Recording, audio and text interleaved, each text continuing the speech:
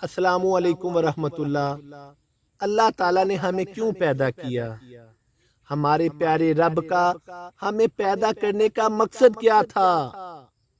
ہمیں علم ہے؟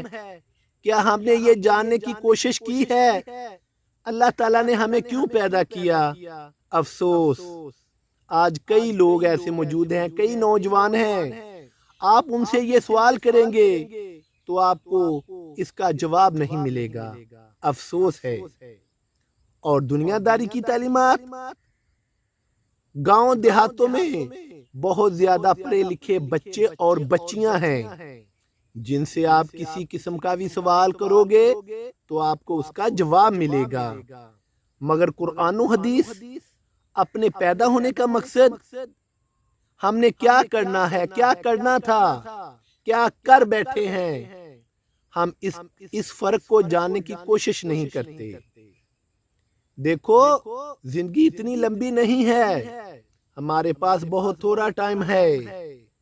ہمیں اپنے پیدا ہونے کے حقیقی مقصد کا پتہ ہونا چاہیے اور عملی میدان میں ہم اتریں اور زندگی بسر کریں۔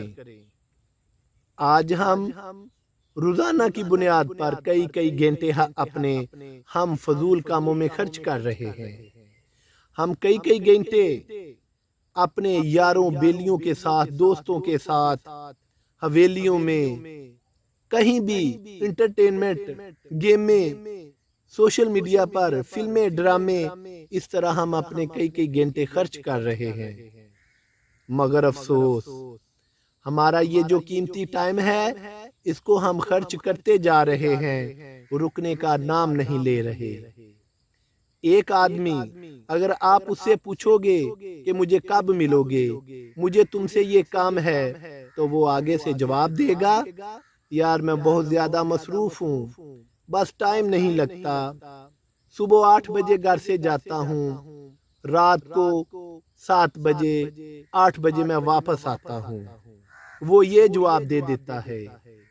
اگر آپ اس کی حقیقت کے متعلق جاننے کی کوشش کریں تو یقین جانو کئی ایسے نوجوان ہیں جو 5 گھنٹے 7 گھنٹے موبائل پر دے رہے ہیں، مگر کسی کو اپنا قیمتی ٹائم نہیں دیتے۔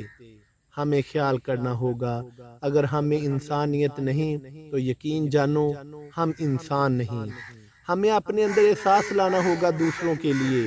ہمیں پیارے نبی محمد صلی اللہ علیہ وآلہ وسلم آپ کی سنت کے مطابق زندگی بسر کرنا ہوگی، کیونکہ اگر ہم قرآن و حدیث کے مطابق زندگی بسر کریں یہ ہمارے لیے بہتر ہے۔